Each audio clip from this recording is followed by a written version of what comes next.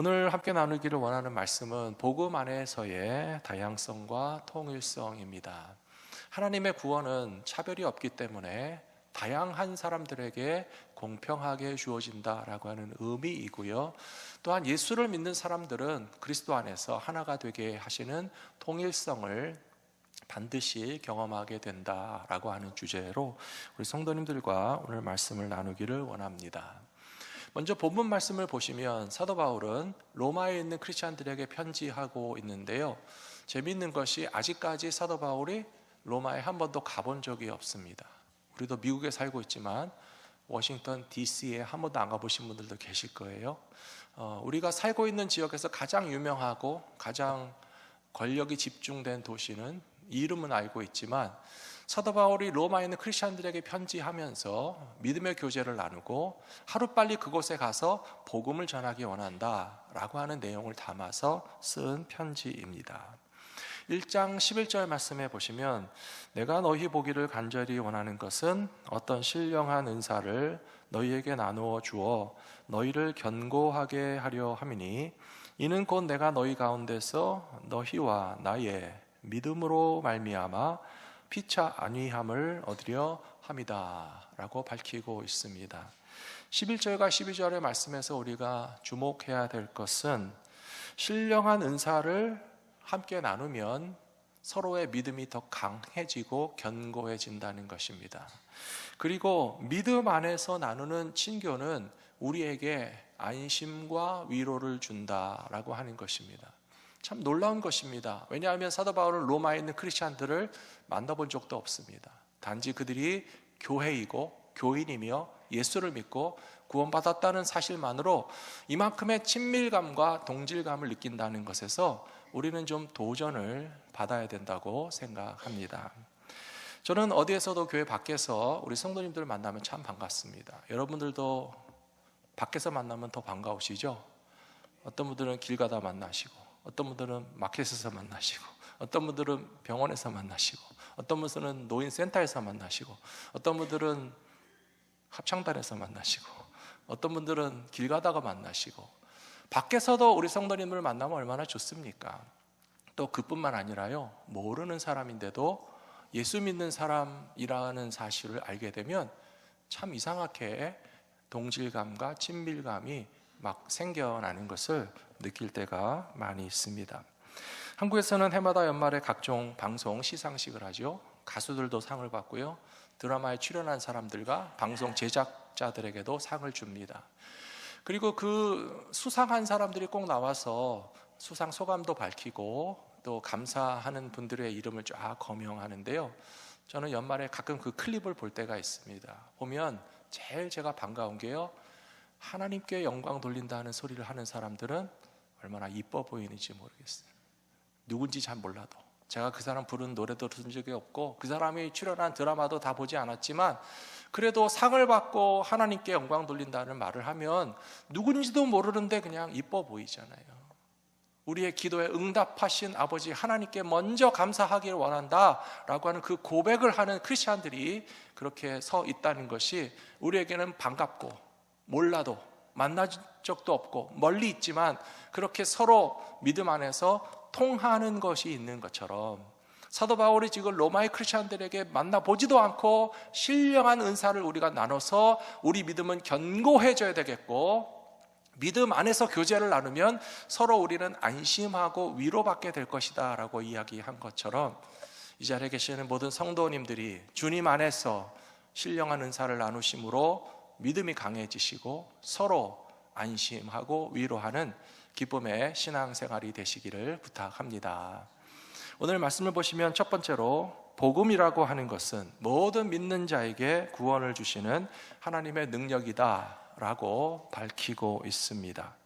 로마서 1장 16절에서 사도 바울이 로마에 있는 성도들에게 이야기하기를, 나는 복음을 부끄러워하지 않습니다. 왜냐하면 이 복음은 모든 믿는 자에게 구원을 주시는 하나님의 능력이 되기 때문인데, 먼저는 유대인들이고 그리고 나중에는 헬라인들에게까지도 차별함이 없다라고 하는 사실을 이야기하고 있습니다. 사랑하는 성도 여러분, 여기서 말하는 믿음과 복음이라는 것이 무엇을 의미하겠습니까? 쉽게 말하면 예수 믿고 구원받는 것이 복음입니다. 오늘 장로님도 기도하실 때 여러 번 우리가 열심히 복음 전하는 교회와 성도들이 됐으면 좋겠다고 기도해 주셨어요. 너무 감사하고요. 우리 지난해 열심히 전도하려고 했지만 좀 부족했잖아요. 그러나 하나님께서 새해 다시 기회를 주실 줄로 믿습니다. 복음 전하기에 힘쓰시는 성령 충만한 성도들 되시기를 부탁합니다. 복음을 전하시려면 복음이 무엇인지에 대해서 우리 속에 꽉 차고 막 끌어넘치고 폭발할 것 같은 그런 마음의 열정이 있어야 될 거 아니에요. 요한복음 3장 16절에 보시면 이렇게 되어 있어요. 하나님이 세상을 이처럼 사랑하사 독생자를 주셨으니 누구든지 저를 믿는 자마다 멸망치 않고 영생을 얻게 하려 하심이니라. 이게 복음입니다. 이거를 믿어야 됩니다. 그리고 사도 바울은 로마 교회 성도들에게 말하기를 모든 믿는 자들에게 구원을 주시는 하나님의 능력이라고 그랬어요. 제가 드린 말씀 가운데 제일 악센트와 강조점이 어디 있는지 아세요? 다시 한번 할게요. 모든 믿는 자들에게 구원을 주시는 하나님의 능력이 어디에 강조가 있죠? 모든에 있어요. 모든에 있어요. 하나님의 구원은요, 모든 믿는 사람들에게 구원을 주시는 하나님의 능력이라고 되어 있어요. 차별함이 없으시다고요. 예수님의 제자들이 3년 동안 예수님을 따라다니면서 놀라고 신기해하고 배웠던 중요한 내용들이 많이 있습니다. 그 중에 오늘 우리가 기억해야 될 것은 예수님은 정말 차별을 하지 않으시는 분이구나. 예수님은 정말 편견에 사로잡히신 분이 아니구나. 예수님은 누구는 이뻐하고 누구는 미워하는 분이 절대 아니시고 모든 죄인들까지도 믿고 구원받게 되기를 원하시는 예수님이시라는 것을 제자들이 배우고 또 배웠다라고 하는 것이 오늘 우리가 기억해야 할 중요한 포인트입니다. 다양성이라고 하는 것은 하나님이 만드신 것입니다. 세상에는 서로 다른 사람들이 너무 많이 있잖아요. 백인도 있고 흑인도 있고 아시아인도 있어요. 부자도 있고 가난한 사람도 있어요. 나이가 많으신 분들도 있고 젊은 사람도 있고요. 남자도 있고 여자도 있어요. 다 다르고 틀리게 만드시는 것은 하나님께서 이 세상을 그렇게 돌아가게 만드셨는데 그 모든 조건들을 가지고 우리가 다른 사람을 차별하는 것이 마땅한 일이겠습니까? 절대 그럴 수 없다는 거예요. 하나님의 형상을 따라 지음받은 생명들이고 하나님께서 독생자 예수 그리스도의 생명값을 주시고 구원하기 원하시는 사람들인데 왜 사람이 사람을 차별하는 것인가? 예수님의 제자들도 사실은 차별을 많이 경험했습니다. 그들이 부자가 아니었기 때문에, 그들이 권력자들이 아니었기 때문에, 혹은 그들이 유대인이었기 때문에 차별을 당했을 것입니다. 예수님의 제자들 가운데는 건강이 좋지 못하다고 손가락질 받았을 것입니다. 예수님의 제자들 가운데는 여자라고 해서, 혹은 남편이 먼저 죽었다고 해서, 부모가 없는 고아라고 해서, 귀신 들렸었다고 해서 여러 가지 이유로 멸시와 천대와 차별을 당하다 보니까 그런 게 있잖아요. 고생해본 사람이 남을 괴롭히는 경우도 많이 있어요. 시집살이 지독하게 하신 분들이 나중에 또 그런 비슷한 시어머니가 되시는 경우도 있고요. 군대에서 쫄병 때 맨날 맞고 그냥 고생하던 사람이 약간 계급이 올라가면 이제 내 차례가 돌아왔으니 이제 후임들을 어떻게 괴롭힐까 그러는 사람도 있을 수 있습니다. 예수님 시대에 서로가 서로를 차별하는 것이 참 보기가 안 좋았을 것입니다. 특별히 예수님께서 사마리아 사람들을 차별하지 않으셨어요. 예수님이 사마리아에 얼마나 관심이 많으신지 아시죠? 우리가 잘 알고 있는 선한 이웃에 관한 이야기에도 보시면 이웃을 도와주는 사람이 다른 여러 종류의 사람들이 등장할 수도 있겠지만 굳이 사마리아 사람 가운데 강도 만난 이웃을 보살펴 준 사람이 있지 않았느냐. 그래서 LA에 있는 병원이 무슨 병원이에요? 굿사마리탄 병원 있잖아요. 굿사마리탄 병원이 바로 그 선한 사마리아인의 이야기고요. 다른 동네 이야기를 하실 수도 있겠지만 사마리아인 중에도 수가성 여인과 같은 믿음의 여인이 있고 사마리아 사람 가운데도 강도 만나 쓰러진 사람 건져주는 사람이 있을 텐데 그 동네 빼먹지 말으라는 거예요. 그래서 예수님께서 제자들에게 뭐라고 하셨습니까? 오직 성령이 너희에게 임하시면 너희가 권능을 받고 예루살렘과 온 유대와 땅끝까지 가야 되지만 어디 빼먹으면 안 돼요? 사마리아 빼먹으면 안 돼요. 그래서 예수님이 굳이 예루살렘과 온 유대와 사마리아 빼먹지 말고 딱 끝까지 가서 복음 전하라 하셨을 만큼, 동족인데도, 조상들을 공유하는데도, 같은 핏줄인데도 혼혈 정책으로 다른 민족에 의해서 그렇게 유린당했던 사마리아 사람들을 절대 멸시하지 말라고 예수님이 신신당부하신 것을 기억하면서 우리 마음속에도 남아있는 그 어떤 차별과 편견과 멸시의 마음을 이 시간 다 내려놓으실 수 있는 저와 여러분들이 되시기를 부탁합니다. 예수님의 말씀에 순종해서 빌립이라고 하는 제자가 진짜로 사마리아에 가서 복음을 전했어요. 그랬더니 사마리아 사람들이 많이 회개했습니다. 예수 믿고 주님께 돌아왔습니다. 그들 가운데도 병든 자들이 나음을 얻었고, 그들 가운데도 귀신 들렸던 자들이 자유함을 얻게 되었을 때, 사도행전 8장 8절에 보시면 그 성에 큰 기쁨이 있었더라 라고 되어 있습니다. 복음은 굿뉴스입니다. 기쁜 소식입니다. 그리고 예수를 믿는 모든 사람들은 차별을 받았던 사마리아 사람들일지라도 모든 믿는 자에게 구원을 주시는 하나님의 능력을 경험하게 될 때에 하늘의 기쁨을 땅에서도 맛보실 수 있는 신앙생활이 되실 거라고 저는 믿습니다. 사도 바울은 골로새서 1장 23절에서도 예수님의 복음은 천하 만민에게 전파된다는 사실에 조금 더 잊어버린 적이 없었습니다. 두 번째로 하나님의 구원은 차별함이 없이 다양한 사람들에게 선물로 주시는 은혜라는 뜻입니다. 다시 로마서 1장 13절에도 보시면, 형제들아 내가 여러 번 너희에게 가고자 한 것을 너희가 모르기를 원하지 아니하노니 이는 너희 중에서도 다른 이방인 중에서와 같이 열매를 맺게 하려 함이로되 지금까지 길이 막혔도다. 헬라인이나 야만인이나 지혜 있는 자나 어리석은 자에게 다 내가 빚진 자라 라고 이야기하고 있습니다. 빚이라고 하는 것은요, 의무를 발생시킵니다. 빚은 갚아야만 하는 것입니다. 갚지 않으면 그 책임이 사라지지 않습니다. 그래서 사도 바울은 나는 복음의 빚진 자다라고 하는 표현을 한 것은요, 제일 먼저는 예수님에게 제일 큰 빚을 졌다는 거죠. 나 같은 죄인이 죽을 수밖에 없고 멸망할 수밖에 없는데 하나님의 아들이신 예수 그리스도께서 오셔서 십자가를 지심으로 내 짐을 다 벗겨주셨으니까 누구에게 빚을 졌습니까? 예수님에게 큰 빚을 졌어요. 그래서 사도 바울은 나는 예수님에게 어떻게 보답할까, 예수님에게 어떻게 빚을 갚을까 하는 마음으로 평생 살았고요. 또 사도 바울의 마음에는요, 스데반 집사님에게 대한 빚이 있었어요. 스데반 집사를 돌로 쳐서 죽일 때는 내가 옳은 줄 알았어요. 저 사람 틀렸어.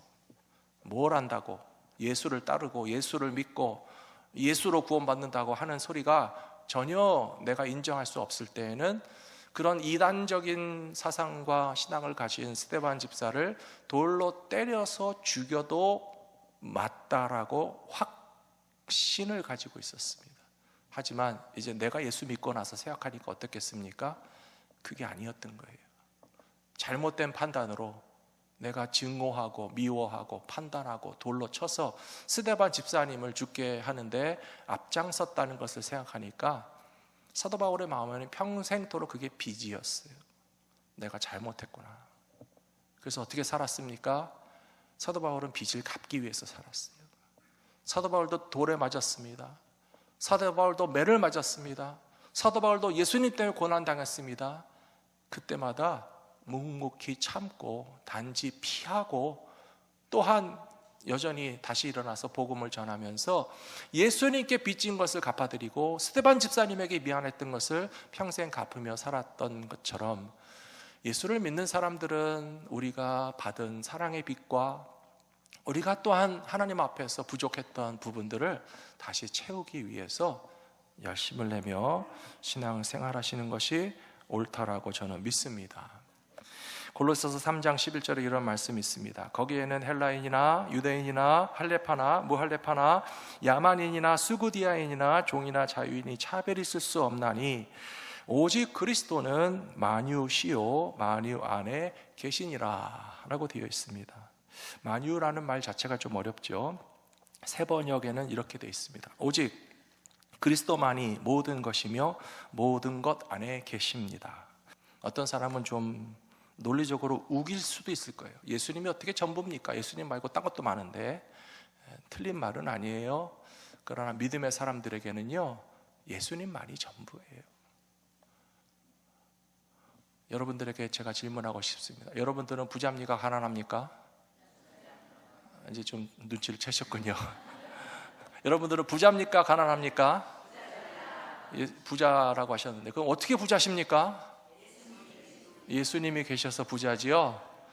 예수님만으로 만족하실 수 있으십니까?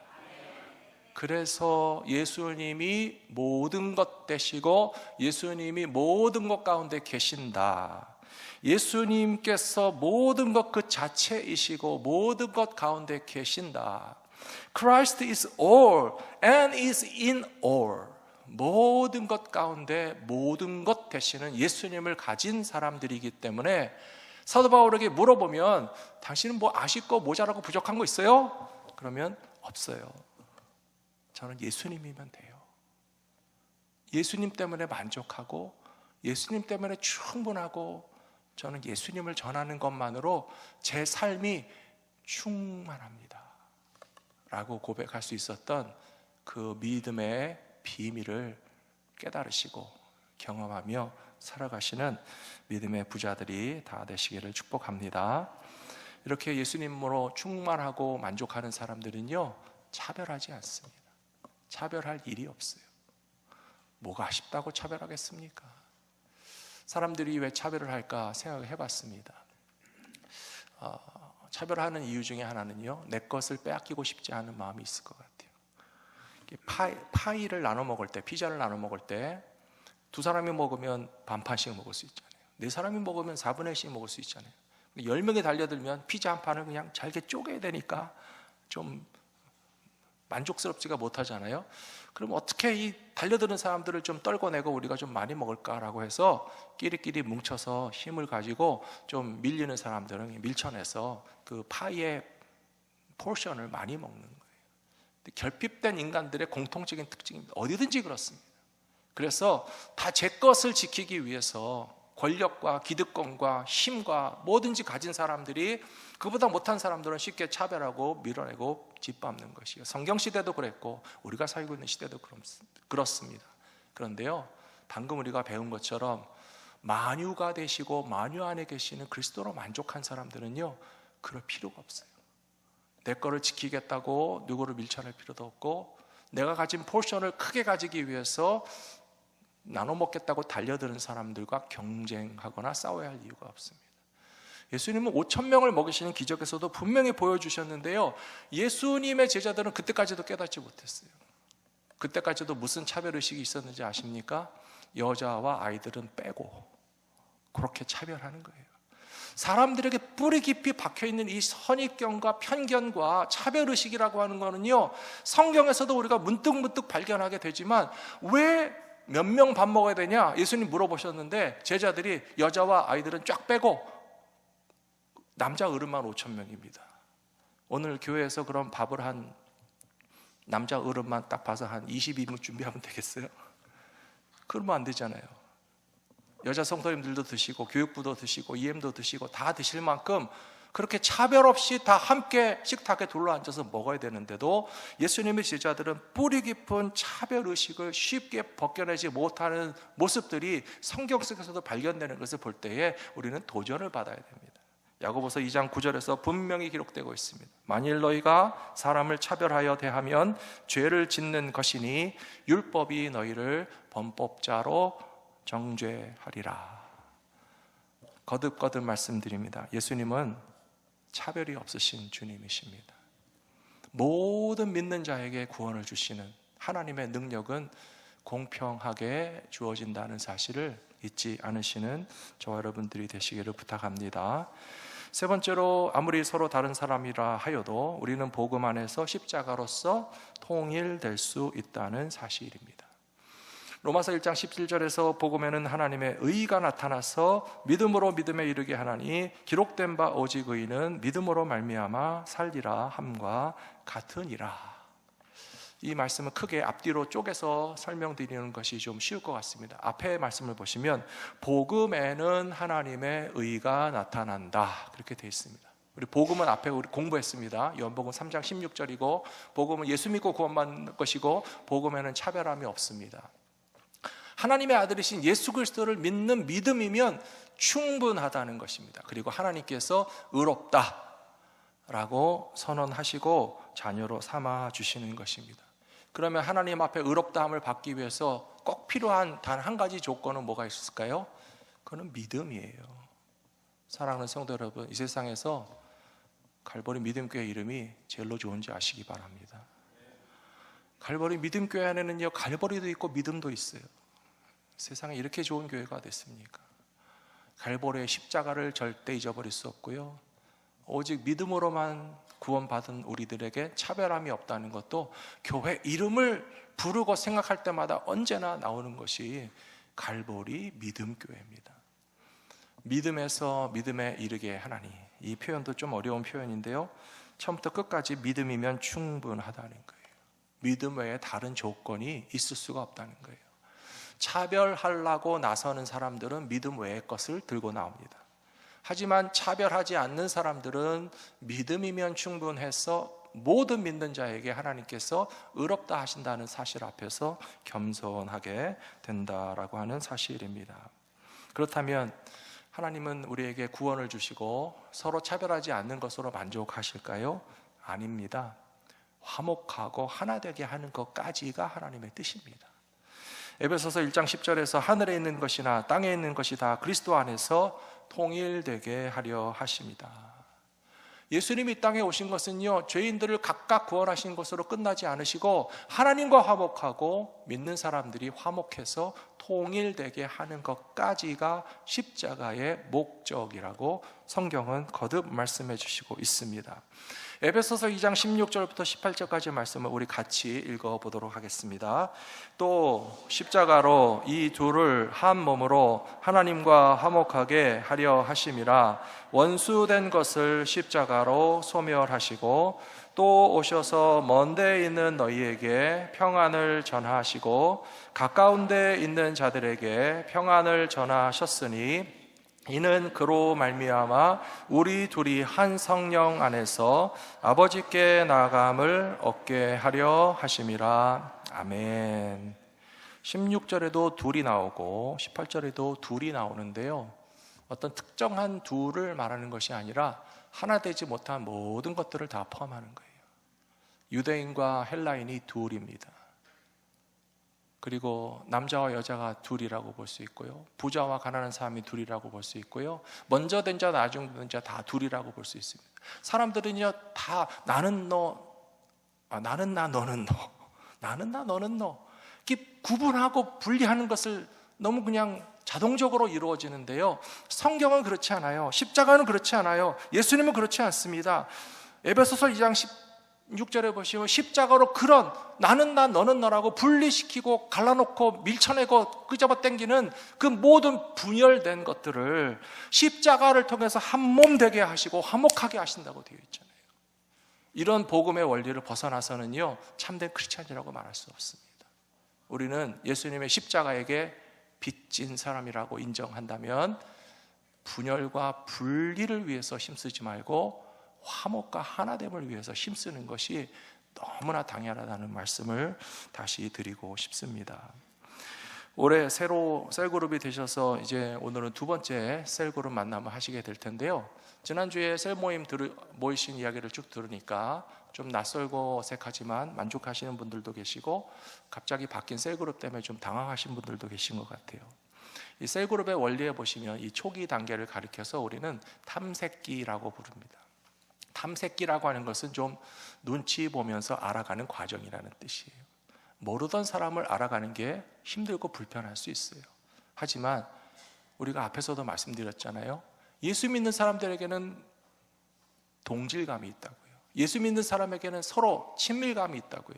같은 교회를 다니시는 분들이기 때문에 얼마든지 그동안 몰랐던 분들도 알아가시는 기쁨을 맛보신다면 정말 십자가를 통해서 하나 되게 하시는 하나님의 뜻이 얼마나 아름답고 놀라운 축복인가를 맛보실 수 있는 기회가 될 거라고 저는 믿습니다. 특별히 새해 들어서 새가족들이 벌써 많이 오셨어요. 1부 예배도 새가족이 계십니다. 2부 예배도 오늘 계속 새로 오시는 분들이 계시는데요, 제가 부탁드리고 싶습니다. 새가족들에게 자꾸 똑같은 거 물어보지 마십시오. 교회를 다니시는 분들이 새 교회에 가면요, 같은 질문을 10번, 100번 받는다고 그래요. 어느 교회 다니셨어요? 결혼을 하셨어요? 아이들은 어떻게 됐어요? 어디 사시나요? 직업은 뭔가요? 부터 시작해서 너무 많이 질문을 하는데요, 그거는요 또 다른 차별이에요. 만일에 거꾸로 새가족이 와서 우리 교회 성도님들에게 보는 사람마다 10번씩 물어본다고 생각해 보세요. 목사님 어느 신학교 나오셨어요? 결혼을 하셨어요? 사모님은 계세요? 애들은 뭐예요? 체중은 어떻게 돼요? 건강은 어때요? 연봉은 얼마 받으세요? 그러면 제가 정신이 없을 거예요. 새가족에게 같은 질문을 너무 많이 하는 것도 실례이고, 게다가 사람은 누구나 좀 말하고 싶지 않은 부분들이 있을 수 있잖아요. 남자 여자가 같이 오시면 결혼하셨어요? 부부관계예요? 확실합니까? 교회가 뭐 이런 거 따져보는 데입니까? 그냥 같이 오셨으면 같이 오셨나 보다. 크리스찬으로서, 믿음의 형제와 자매로서 환영하고 환대하고 있는 모습 그대로, 하나님이 우리를 있는 모습 그대로 사랑해 주시고 받아주시는데, 우리는 그냥 환영하고 받아들이는 것뿐이에요. 그 외의 것들을 너무 그냥 또 물어보고 그러실 이유가 전혀 없습니다. 우리는 그리스도 안에서 서로 다 달라도 십자가 안에서 다 하나가 될 수 있을 줄로 믿습니다. 우리를 통일하게 하시고 화목하게 하시고 하나님과도 화평하게 하시고 믿음의 사람들을 하나 되게 하시는 예수님의 십자가의 권세와 능력이 나타나는 신앙생활 하실 때에 사마리아 성도들과 같이 기뻐하게 되는 갈보리 믿음교회가 되실 줄로 믿습니다.